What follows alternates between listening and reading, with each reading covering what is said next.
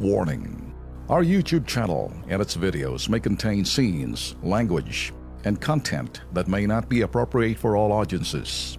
These videos include surveillance footage, undercover pursuit of suspects, actual police and rescue operations, and fearless confrontations.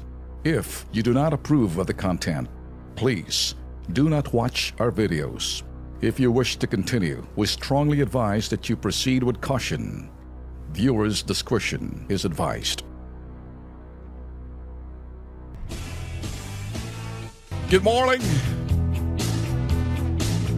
Good morning ho sa inyo lahat. It's 7 after 10 in the morning. Si Ben Tulfo na ho. Oh, kayo mga jeepney drivers, nakakadalawa na kayo ha. Nakakapuro na kayo mga jeepney drivers na nag-i-strike ha. Makinig kayo at pakinggan nyo na maayos ng aking sasabihin si Ben Tulfo to sa Bitag Live. Kayo mga spoiled brat na mga jeepney drivers, kunting ito'y sasabihin namin ng diretsahan, unfiltered. Ang pag-i-strike ninyo, kung talagang nananawagan kayo ng strike, kaya wala natin kung sino mga sumusunod sa inyo, may mga patakaran ang pamahalaan. Ang mga patakaran ay sinusunod yan sa pamamagitan ng sinasabing pagsunod din doon sa pangangailangan ng sinasabing pamahalaan para sa taong bayan, lalo-lalo na pag pinag-uusapan serbisyo ninyo at yung mga prangkisa ninyo, kakibat niyan ay sinasabing pribilehiyo't responsibilidad. Kung kayo umatungal na porket may kahilingan sa inyo ang pamahalaan dahil anumang serbisyong pinagkakaubaya sa inyo, kapalit niya ang sinasabing tamang serbisyo at hindi yung mga bulok at karag-karag ng mga jeepney. Kung sakaling ito yung mga 15 taon na yan at kinakailang baguhin yan, huwag naman malagay sa alanganin yung mga pasahero. At kung sakaling hinihingi ng sinasabing LTFRB or sa ilalim ng Department of Transportation, sumunod kayo.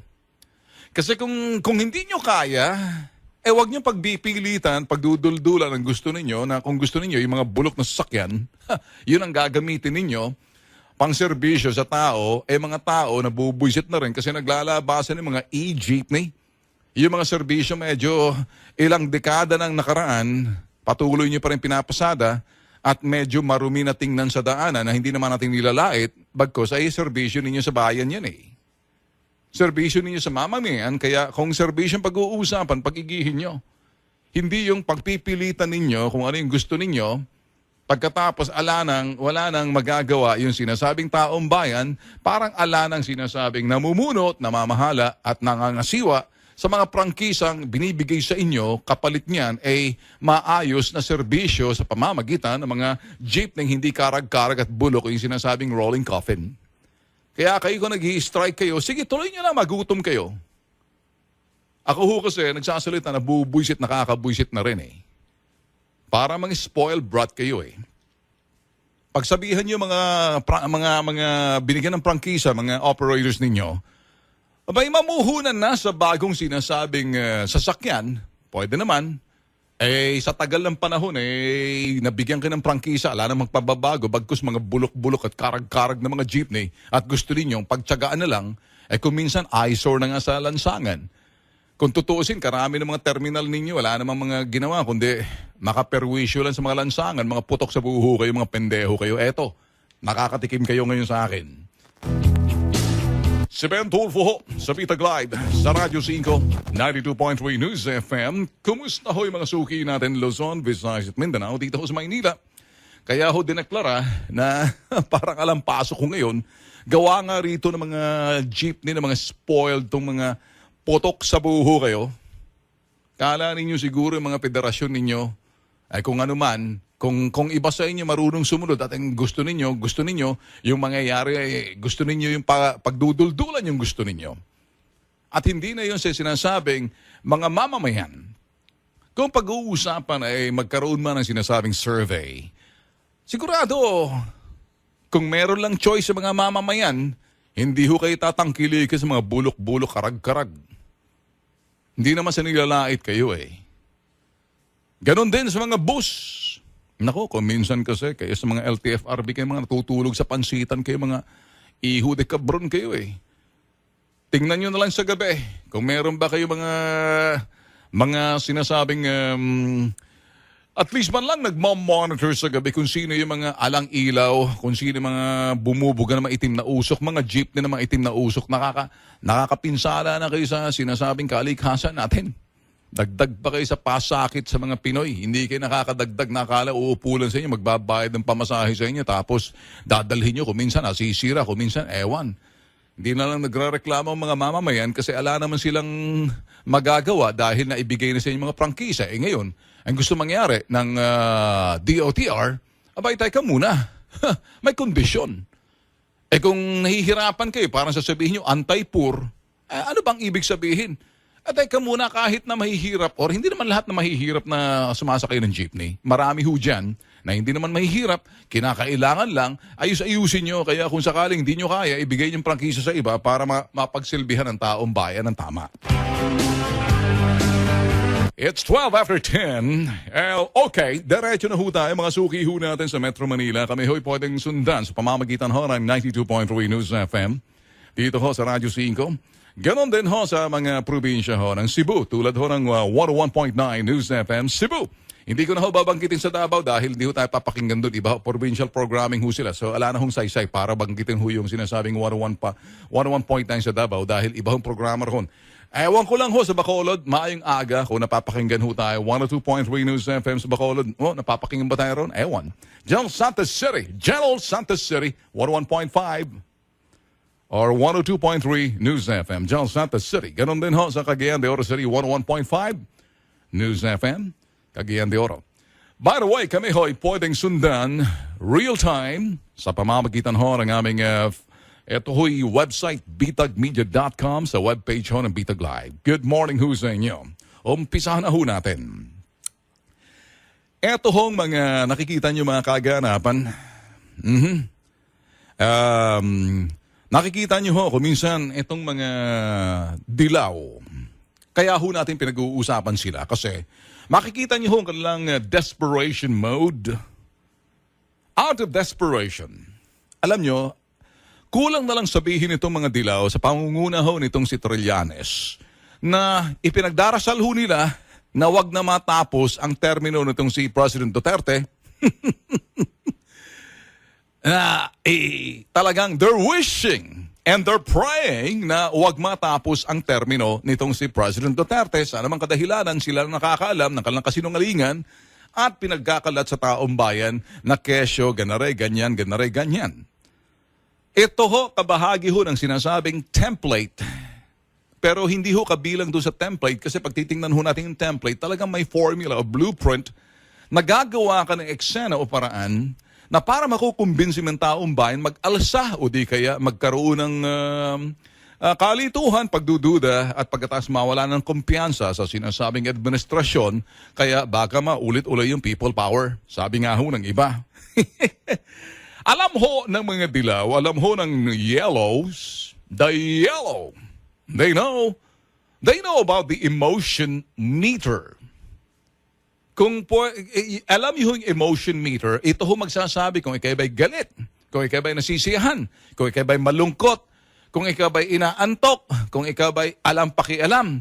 Sigurado ho, pag ang dilaw ho nagsasalita, ang metro ho ng sinasabing emosyon, masyadong mataas yung galit.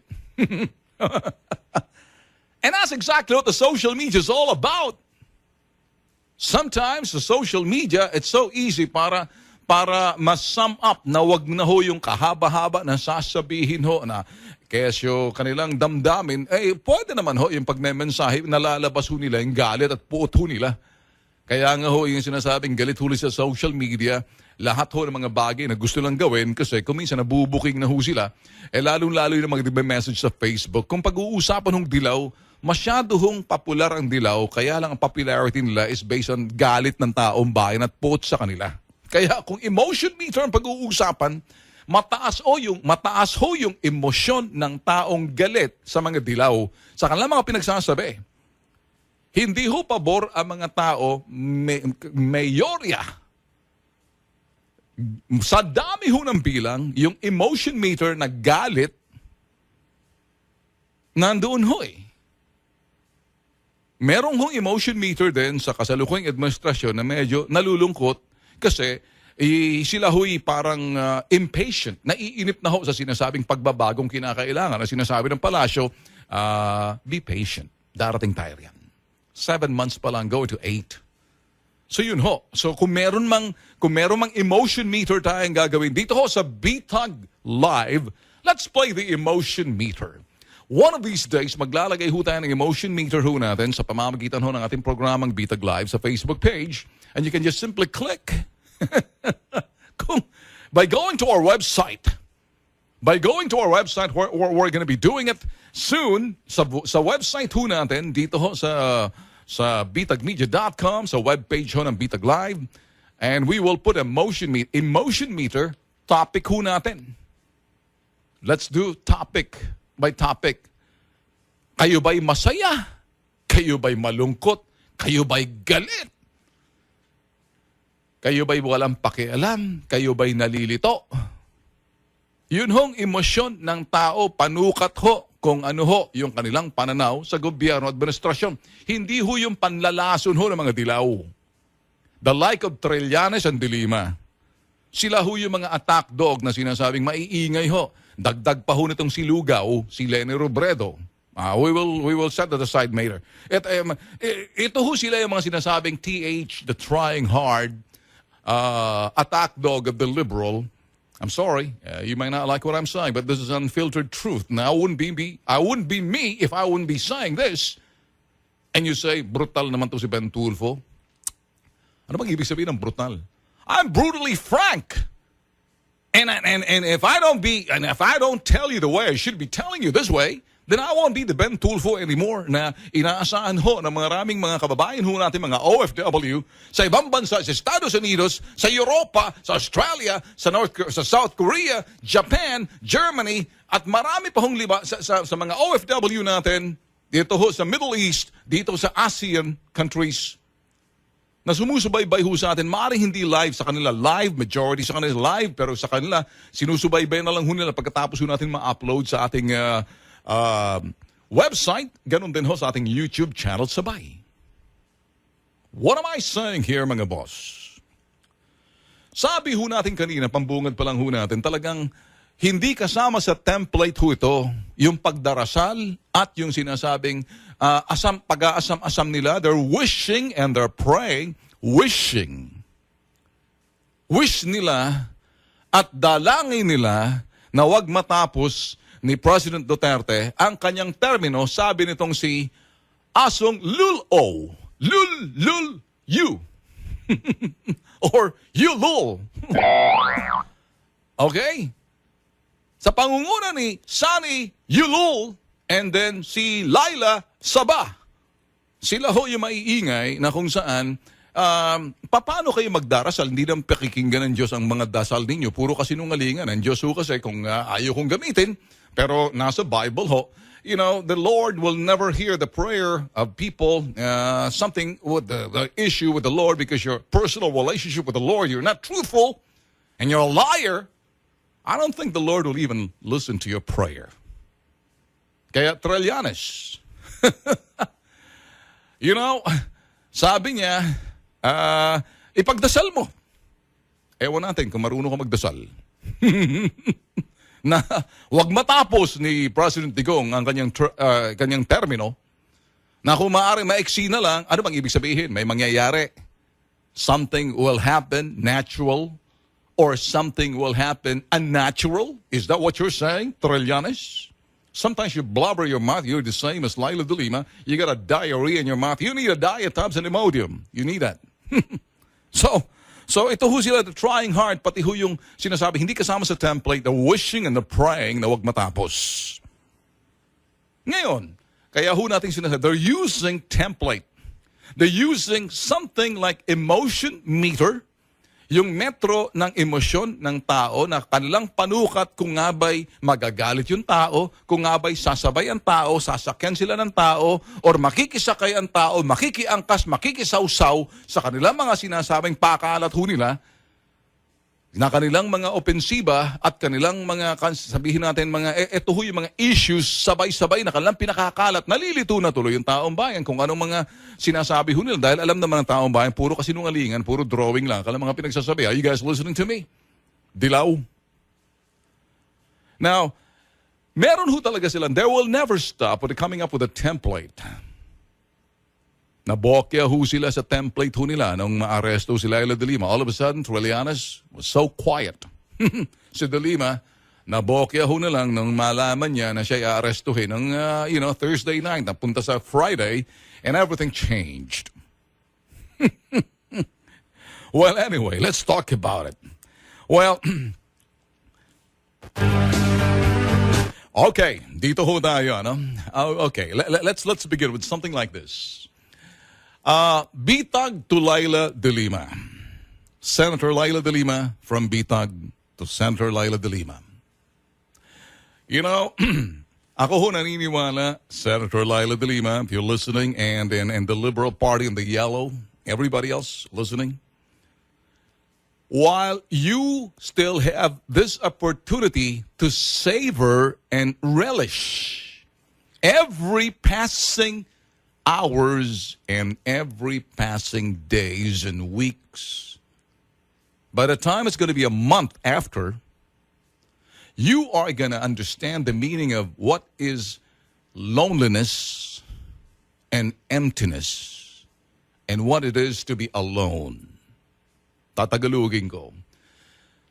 Habang mainit pa Laila de Lima, habang mainit pa Laila de Lima at pinipick up ka pa ng media dahil ikay newsworthy pa sa mga dilawan at sa mga medyang iba kasi unang-una, talaga naman ikay balita not because you're popular and simply because you're unpopular and simply sasabayan nila yung sinasabing pagiging unpopular mo is news, still a news, whether it's negative publicity or positive publicity, it doesn't really matter kasi talagang may market sa mga taong nagagalit sa kay de Lima at mga dilaw at may mga market din na maliit lang, bahagya lang, konti lang, yung mga natutuwa sa kanya.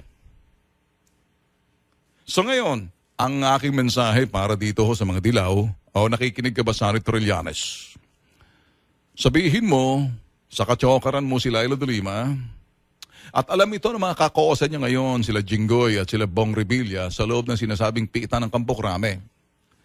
Ikaw, Laila de Lima, habang may panahon ka pa, sige, namnamin mo. Namnamin mo hanggat mananamnam mo pa habang lumilipas ang bawat oras, ang bawat araw, at pagkatapos ng 1-2 linggo, makikita mo na kung anong ibig sabihin ng nag-iisa at magiging malungkot at nandoon sa sinasabing the emptiness. Makikita mo na mapapagod na rin yung nagbibisita at nakikisakay lang sa sinasabing popularidad mo na makita ang mga swangit na mga mukha na dumadalaw. Kamusta ba si Kiko Pangilinan at yung ibang mga Chicho Gaston, yung mga running priest na wala nang ginawa kundi tumakbo ng tumakbo, hindi naman talaga ebanghelyo yung pinagagawa, kundi tumakbo, running priest na sa marathon, hindi ko nga pwedeng sabihin, si father, hindi pwedeng tawagin father yan, si priest. Sino ba yung si running priest?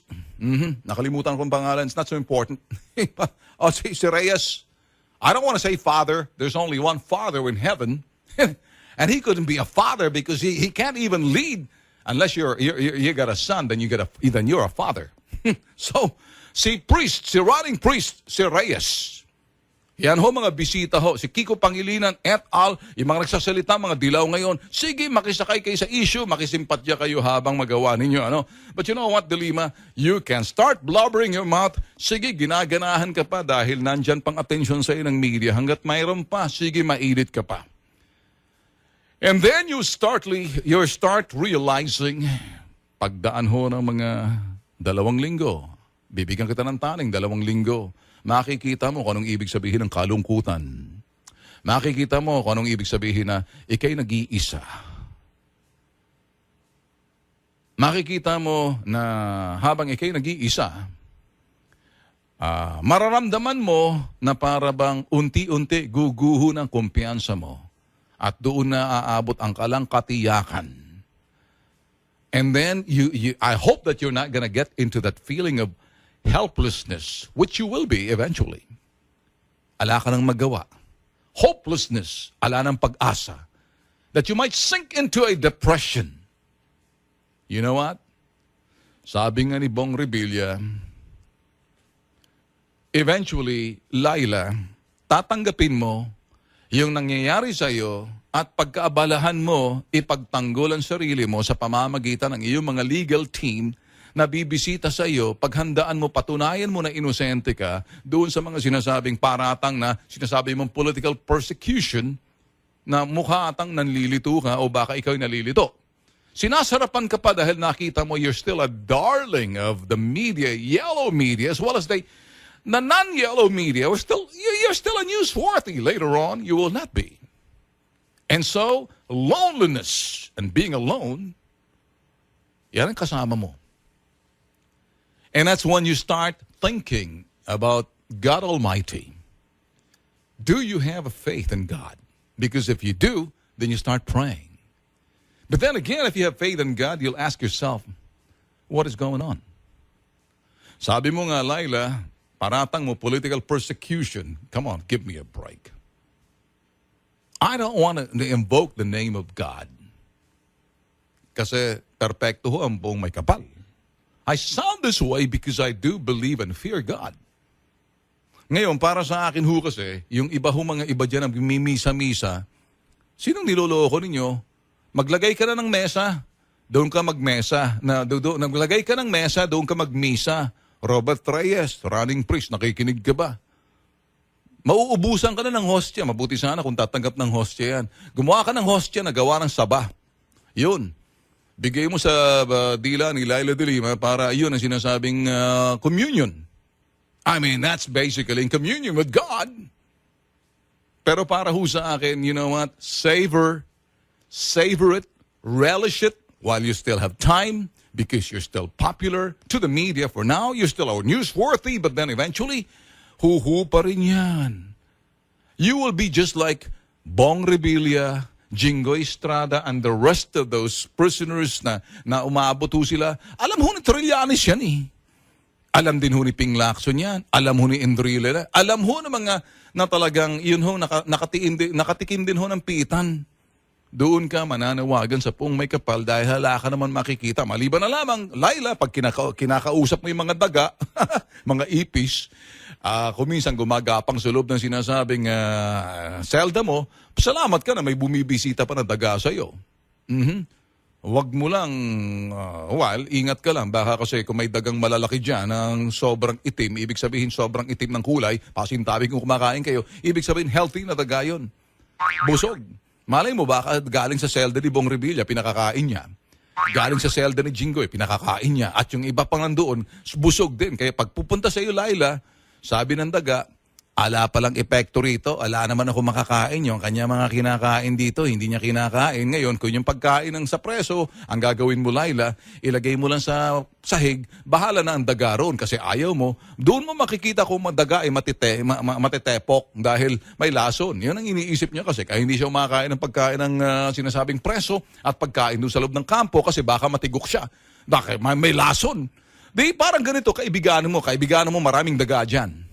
At obserbahan mo, pag kinain ng daga, yung pagkain at natigok, ibig sabihin, may lason. Pero for now, sige, mag-order ka na mag-order. Habang may bumibisita sa iyo, magdadala sa iyo ng pagkain to keep your spirit high. To make sure that you're, that may nagsisimpatya sa iyo and you feel that your confidence is high, you're in a high spirit. You know why? Because you still have friends coming to you. But sooner or later, itong mga kaibigan mo, magiging busy na sila.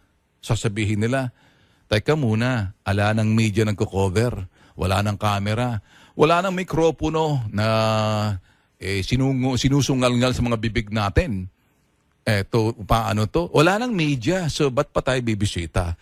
Alam nyo, yung mga bibisita si Laila de Lima, taga nyo sa bato, patay gutom sa publisidad.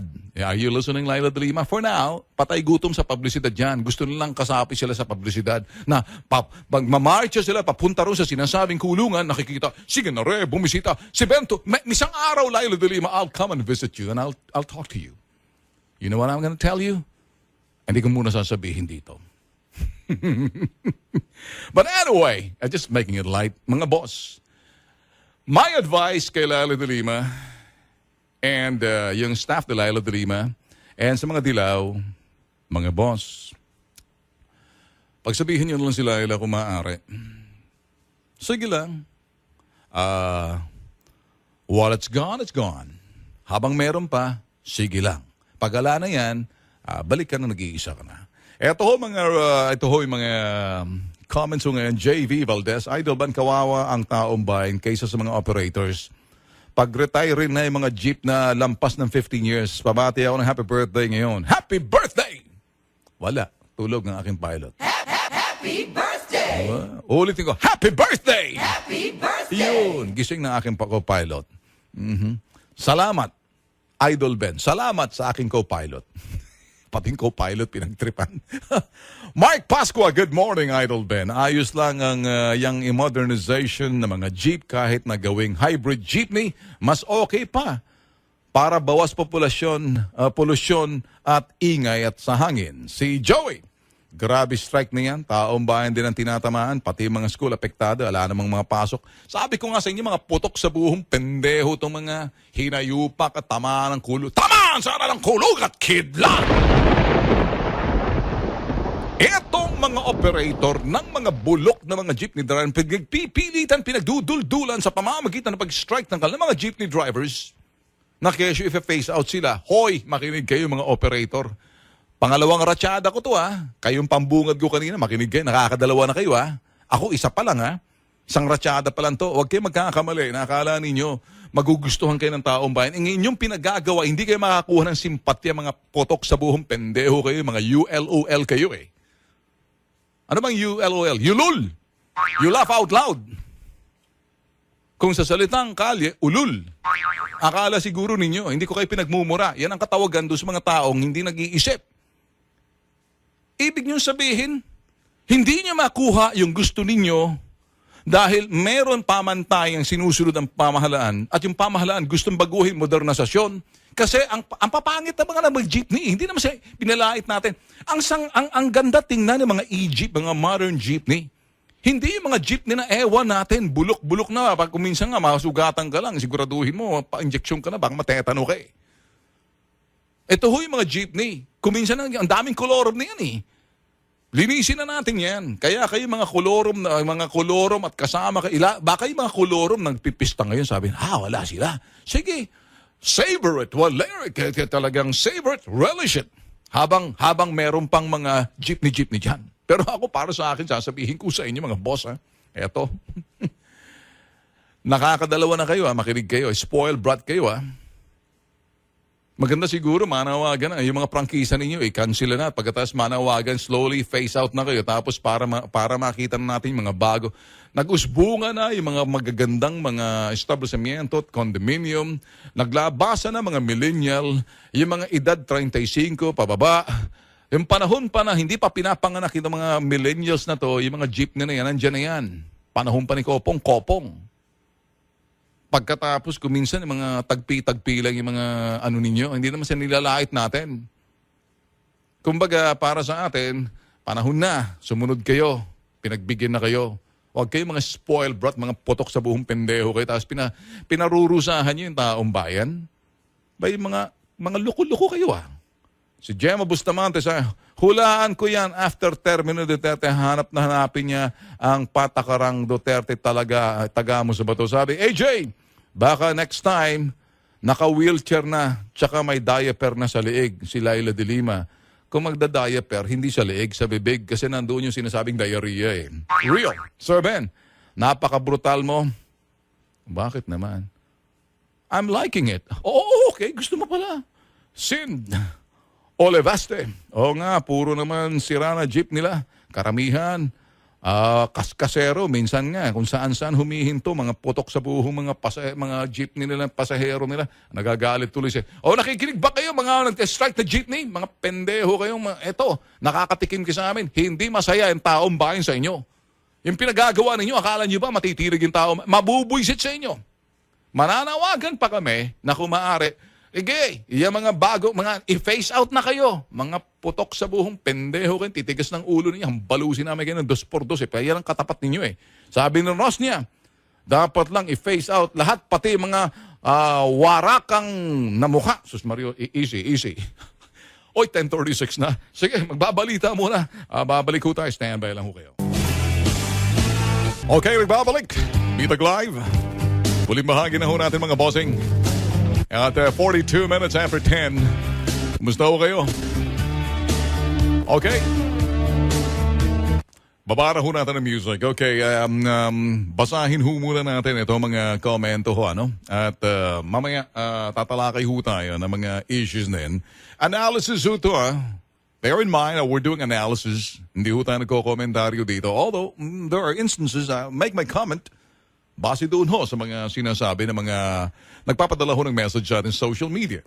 Tulad ho nito, si Neng Babiera. Morning sir, I agree faith in God only, not the priest. Kasi napatunayan ko yan kahapon sa Baclaran Church. Sabi ng pare, sino ang dumalo sa people's power, mabuhay kayo. Itaas nyo ang kanang kamay, ibulsan nyo at isara para swertehin. Sino ang may 500 na si Aquino ang larawan, itaas nyo ang inyong mga wallet, itaas nyo ang inyong susi ng bahay at sasakyan, di na pagtataka na ginamit ang simbahan. Alam nyo naman ho kasi, pag pinag-uusapan ho natin ang simbahan katolika, I have nothing but good words. And I'm not going to say anymore because I don't believe, although my family's a Catholic, and I'm a Christian, and diretso na ho yung relasyon ng Diyos, hindi ho doon sa dumadaan sa pare, lalo-lalo yung mga pare na parang inuudyok ang tao, mag-rally at ang mga Katoliko ginagawa mga aktivista. Kaya kung nyo ho mga obispo nagsasalita, huwag nyo na ho pakinggan.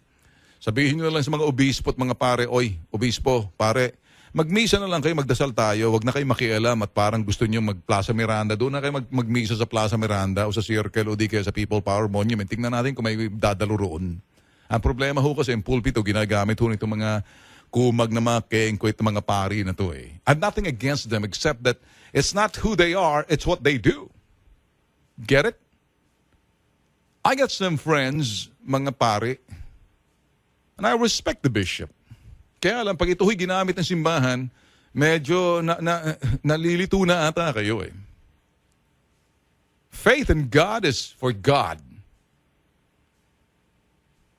Pero ang tinuturo, hindi ho ebanghelyo eh. Ang tinuturo ho, ito ho'y politika eh. Pinagduduldulan ho nila ang kanilang pagiging dikit sa sinasabing dating dilaw na administrasyon. Sila ho kasi nakatamasa ng sinasabing people power. Pag-umpisa natin, tatalakayin ho natin yan. Basahin ho natin dito kay Jess Macabids. Ang hirap kasi sa atin, mga Pilipino, sir, mayayabang at tayo sumunod sa gobyerno para mga tulisan.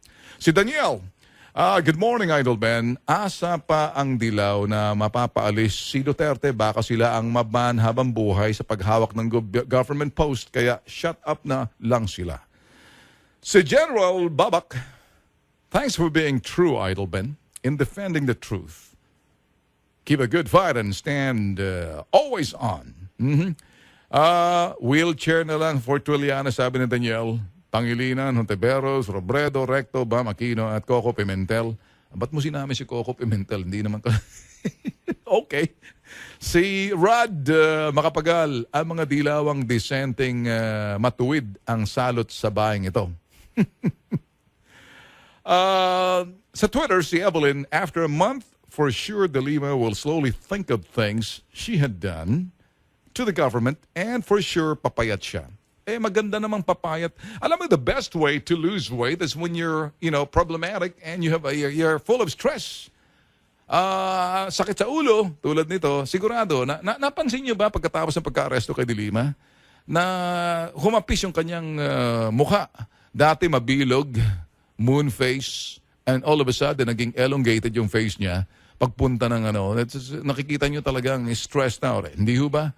Ngayon, nakikita nyo, ginaganahan na naman siya. Nagsasalita, eventually, mamamayat ho yan. Pag nakita ni Dayan si De Lima, at nakita yung picture, sigurado sasabihin ni Dayan, Sisi na ako, iniwan kita. Oh, okay, just a joke. Twitter, Tokyo. Ang gawin diyan, sabihin sa mga mamamayan na pagbulok na ang jeepney, wag na silang sumakay, pati mapilitan na i-junk at palitan na. Ang mga mamamayan kasi, mga boss, mga Pilipino, mapagtyaga eh. Mga Pinoy kasi, marunong magtyaga. Sanay sa hirap. Kaya, kung anong meron dyan, hindi sila nagre-reklamo. Yun hong kagandahan ho ng mga Pilipino. Pagtsatsagaan ho nila kung ano man mga bagay na pwedeng pagtsagaan. Hindi ho dapat ganun eh. Ang kapangyarihan ho talaga, ang sinasabing prangkisa ay pribilehiyo na ipinagkaloob sa iyo ng sinasabing pamahalaan, kapalit ho ng sinasabing pribilehiyo, kaakibat ho yung responsibilidad at pagsunod. Doon ho sa pangangailangan ng taong bayan na pinagsisilbihan ng itong putok sa buho mga operator. Iyon hong pinaka-customer ang taong bayan. Ibigay sa taong bayan sinasabing serbisyong, ito ho'y tamang serbisyo sa pamamagitan ng mga serbisyong maganda hong itsura ng mga jeepney, hindi bulok-bulok at karag-karag na pinagduduldulan mo pagkatapos ang titigas ng ulo ninyo mga dapat pinaghahataw kayo ng 2x2 eh. Galit ako sa inyo eh, mga putok sa buho kayo. Bakit? Kayo na nga ang bulok. Kayo na nga ang mga, kumbaga, salot sa inyong mga serbisyo. Hindi na nagsasalita yung mga sabing simpleng mamamayan kasi sila marunong magtiyaga. Pinagsasamantalahan yung tiyaga ng sinasabing taong bayan. Na parang wala na silang mapagpipilian, pagkuskay na lang. Pinagduduldulan ninyong bulok na serbisyo ninyong mga putok sa buong hinayupa kayo eh. Yan, nagagalit ako. Of course, nagagalit ako. Karapatan ng taong bayan na hilingin ang tamang serbisyo sa mga prangkisang pinagkaloob sa inyo, pribilehiyo, hindi karapatan. Ang pribilehiyong yan, kapalit niyan, sinasabing responsibilidad. At yung sinasabing responsibilidad na meron kayong kakayanan. Kumuha na sinasabing mga jeepney na unti-unti ilagay dyan. Pag wala kayong pera at gusto nyo magsilbihan sa taong bayan, wala kayong pinagkaibang karinderya, wala namang masama dyan.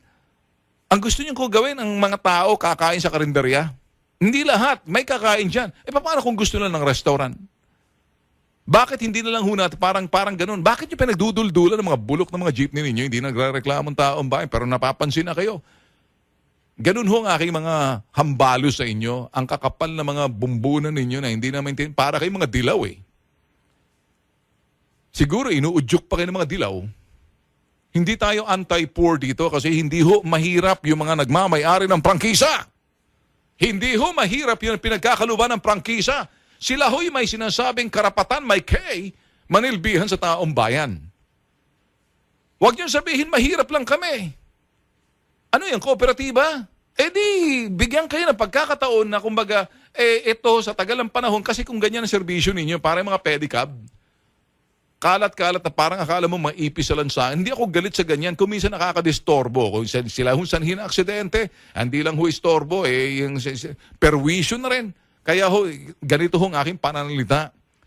Na kumbaga, idikdik sa kokote nitong mga spoiled brat na mga, nasabihin na ho natin, na mga operator na parang akala mo nagmamaktol. Sa pagmamaktol, manawagan ng strike, mga pendeho kayo. Ilang beses ko na ginamit ang pendeho. Bilangin nyo! Pag nabilang nyo, hati tayo. Bakit ho tayo nagagalit? Spoiled ho sila eh. Siguro nababaitan kayo kay Digong. Siguro kinakailangan si Digong talagang sabihin, sige, ang sino man nag-strike dyan, total ayaw na lang serbisyo, ayaw nilang ibigay ang kanilang tamang serbisyo, ganito lang gawin. I-cancel ang prangkisa, o sige, magbukas ng bagong prangkisa para doon sa mga nararapat at doon sinasabing karapat-dapat at nauukol doon sa mga taong gustong manilbihan ng tama sa taong bayan. How's that? Sino tinatakot ninyo? Hino-hostage ninyo yung mga mananakay, mga simpleng tao na gusto ninyo magkaroon ng simpatya sa inyo. Kung di ba naman kayo mga kumag, kayo kulukoy, kung di ba kayo mga sangkaterba, mga banban at mga bunbon, mga sasabihin natin, mga bobot, bopol, pulpul. Di ba? Bakit? gusto ninyo, yung galit ninyo at puot ninyo, gusto ninyo na parang magmamaktol, magtatampo kayo, tapos makakuha kayo ng simpatya. Hindi naman kayo mga lulo, mga yulul, mga you laugh out loud. Hindi tama ang pinagagawa ninyo, umayos na nga kayo. Sa susunod, tigilan nyo. Dapat sa susunod, may moratorium. Isa pa, nakadalawa na kayo. Pangatlo, pang-apat, larga na kayo. Kansela agad. Ganun dapat. Hindi nyo kaya manilbihan sa gobyerno, hindi nyo kaya manilbihan doon sa sinasabing prangkisa na pinagkaloob sa inyo bilang pribilehiyo. Hindi ang karapatan. Maayos kayo. Baka nagiging spoiled na kayo na parang mga dilaw ng ugali ninyo, parang mga trilyanos at diliman na rin ng mga asal ninyo. Maayos nga kayo. Okay, Jake Gomez. Bantayan po na mabuti yan. Baka katayin ng zombie na dilaw yan. Marami pang uusok na imbestigahan sa korte. Si Mark Stephen, Sunny, kainin mo na lang yung overripe na saba na kahilingan nila ladili. Pares, tama. Kung anong tinanim niya noon, inaani niya ngayon. Matagal na siya umani ng milyones, pero ito ang kapalit niya. Si Dolph Zeppo. Sir Ben, nakikinig kami ngayon ng family ko. Sobrang galit kami sa mga animal na dilawan. Easy. Kaelio Frenza, may asthma daw siya. Baka hangin na bili niya ang wheelchair at paggamot sa Amerika. Okay. Alex Binigay. Ibabaon na sa limot si Delima Serben. 10:53. Boss, eto alam nyo, tama ho'y magsasabi na hindi kayo ang may karapatan na para hindi lang kayo nagmamay-ari, hindi lang kayo yung parang identify doon sa sinasabing, you don't own EDSA, people power. Let's begin by doing this. Alam niyo ho kasi, binasa ko lang ho ang isang column ho. I think it was from Roberto Tiglao. Yeah, I'm not so sure but nabasa ko lang ho. And I believe, as a matter of fact, ito ho yung sa EDSA. Yung EDSA ho, yung people power na sinasabi ho nila, yung EDSA nag-umpisa ho yan, revolt, military uprising. Alam ho to ni Enrile, alam din ho to ni Tabaco. Mabuti pa si Enrile, marunong magsabi ng diretso. Itong si Tabaco, ewan natin, baka na sobrang Tabaco. Yung kanyang utak na, ewan, napunta na ata ng usok doon, kaya medyo beclouded yung kanyang pag-iisip. Itong si Tabaco. Alam nyo, ako ho naniniwala na nag-umpisa ho talaga, kasi ako'y disc jockey na noon. I was a young disc jockey back then in 1986. Na nagkaroon ho ng EDSA. It was a revolt. It was a military uprising. It was not a civilian exercise. Galing na ho kay Enrile ito eh. Ngayon, well, during those times, hindi na ho sumunod yung mga militar doon sa kanilang mga nasa itaas nila at lalo na doon kay Ferdinand Marcos noon, sinasabi lang. So, nagkaroon ho ng uprising. Nagkaroon ho ng revolt. Kaya ho, nagkaroon ho ng kaya uprising muna. Military revolt, hindi ho civilian exercise. Kaya itong mga people power na mga dilaw na sinasabing parang sa inyo itong people power, makinig kayo, pinagtatawanan kayo ni Enrile. Ewan natin kung sa ngayon dito si Tabaco. Kasi nang mangyari ho yan, nang nanawagan na ho sila, tsaka na lang ho, lumutang ho ang tao kasi nakita na ho nila nagkaroon na ho ng sigalot, nagkaroon na ho ng uprising, nakisimpatya na ho yung tao. At of course, nanawagan din naman ho si Enrile at saka si Ramos noon na mga tao pumunta dumagsa sa EDSA. Alam niyo ho ba bakit? May opportunism din kasi. May pag-opportunista rin tong si Enrile at saka sila Ramos that time. You're not gonna like what I'm gonna say, but this is unfiltered truth. Well, ngayon, pag titingnan ho natin, kung titingnan ho natin, si Enrile, ginamit niya ho talaga ang kanya mga resources para bumili ng mga andaming Uzi at saka Galin. Ito ho yung mga parang Galin ho. Ito yung counterpart ho ng AK-4, yung mas higit pa ho sa AK-47. Ito ho yung mga counterpart din ho ng mga AR-15 or Armalite. Mga Uzi, mga machine pistols ng araw ho yan. At ginamit ho na yung reeling resources niya. Ngayon, bakit sa EDSA, mga boss, pwede naman ho magkakaroon ng uprising.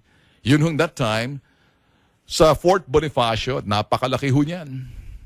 Hindi ho strategic, hindi ho tactical pag nandoon ho ginawa yung people power. Alam ho na ni Enrile to, alam din ho ni Ramos, alam din ho to ng mga general kung nakikinig ho sa atin kung buhay pa hong ilan sa kanila. At bakit hindi ginawa sa Nicol, sa Villamor? Ay, madali ho silang bombahin doon, malayo ho yan. Iniiwasan ho nila. So bakit EDSA? Bakit Camp Aguinaldo? Ang EDSA, nasa EDSA ho kasi ang Campo Crame at Aguinaldo. Dikit ho yan. Si Ramos nasa Campo Crame, si Enrile nasa Campo Aguinaldo. EDSA lang ho yung kumbaga humahati sa kanila that time. So ano ho nangyari? O ito ho mga boss. Strategical, tactical. Kaya ho ginawa nila kasi mas madaling manawagan ng people power pupunta ng EDSA. Ayun ho ang naging dahilan kung bakit ho nagkaroon ng people power. Kaya yung mga nagtitipon-tipon dyan, parang kayong may karapatan sa people power, nek-nek nyo! Sino niloloko nyo? Eh kung sabihin natin si Enrile, si Ramos back then sa EDSA, hindi sila nanawagan at matigas ang ulo nila, lalaban sila sa bahay. Kumbaga, yung mga human shield na ginawa ng mga tao, eh yung iba naman talaga, pumunta lang naman doon, lang magawa dahil gusto lang mag-picnic, nakisabay lang naman. Do they really know what's going on back then? I don't think so. It was like a picnic. Alam ba ng mga seminarista at that time? Pinilit lang naman sila ng mga Madrid pare, mga seminarista at mga convent na yan, mga kumbento pumunta roon. Now this is what my take is all about. You gonna like what I'm saying? Oh, well, I don't care. But the question that I'm saying dito mga boss is strategical, tactical. So ngayon, kay sa EDSA, and the rest is history. But sinaselebrate yung EDSA. Namang nangyari na ho, na pumasok na lang ho isang Coring Aquino, and then after that, the rest is history. Ilang presidenteng nakalipas, Ramos, Erap, Arroyo, Benigno S. Aquino. Ano hong natamasa natin sa EDSA? Maliban lang yung istorya na sinasabi nila, revisionism at kwento ng mga sinasabing mga, abuses, etc. Lumutan na lang ho yan to basically make their claim na parang sinasabing divine intervention. Kung totoong divine intervention man yan, yeah, the intervention of, God, kung gusto niyo sabihin, you wasted it. Hindi ho natigil yung corruption, hindi ho natigil lahat ng mga kalokohan. Kaya hanggang kasalukuyan, kita mo, naglalabasan pa rin tulad ni Trillanes. Tulad ni De Lima. Pasalamatan natin sila dahil sila yung sinasabing mga lamat at latak, mga tutong.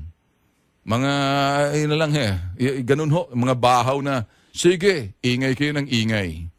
So para sa akin lang ho, mga boss, at this point in time, the yellow will never stop until they find a template. But you know what? It's so easy to find out what's going on. If you only have this pulse, emotion meter, are you angry? Are you happy? Are you sad? Are you not interested? Are you sleepy? I'm sure if you put a meter sa taong bayan, marami hong galit. At meron hong iba nalulungkot. Siguro, 75% na pag sinurvey ho natin after EDSA, they'll give you a 75% galit. Meron hong iba siguro mga 10 to 15% yung sinasabing nakakalungkot dahil ito hong mga nalulungkot, naiinip po sila at naluliko na ho sila. Yung ibang walang alam, dahil hindi sila interesado. Yung iba naman, yung nagagalit sa kanila, yung iba nag-uudyok, at alam ho yan, ang mga nag-uudyok lang, at alam ho yan ang mga dilaw. See you tomorrow. Adios.